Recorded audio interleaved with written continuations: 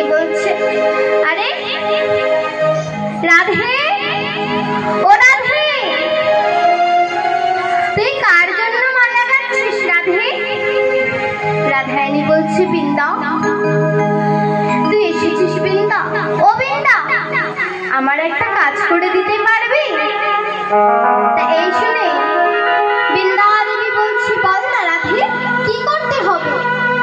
তাই তখন রাধারানী বলছে, বৃন্দা